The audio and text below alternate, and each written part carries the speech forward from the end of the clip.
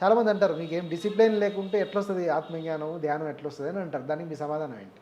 Sir ధ్యానములో కూడా వాళ్ళకు తెలియకుండా ఏవైతే మనం హాస్టల్ సర్జరీ అంటామో, సారు ఫ్లూట్ వాయిస్తూ ధ్యానం చేస్తూ ఉన్నప్పుడు ఈ రకంగా రకరకాలుగా ఏ డిసిప్లిన్ లేకుండా అటు కూర్చోండి ఇటు కూర్చోండి ఇవి అంటూ అసలు స్టేజ్ మీద ఎక్కించుకొని వందల మందిని కూర్చోబెట్టుకుంటాడు. ఎక్కడైనా ఏదైనా జరుగుతుంది. ఏ సంస్థలో లేదు. ఒక గురువు కూర్చున్నాడు అంటే వాళ్ళు 10 సంవత్సరాలు ఉన్న శిష్యుని కూడా దగ్గరికి రాని అంత దూరంలో పెడతారు.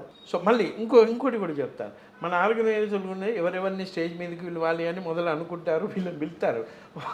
సార్ వచ్చిన తర్వాత సార్ మైక్ పెట్టుకుంటారు, వాళ్ళు చూసి.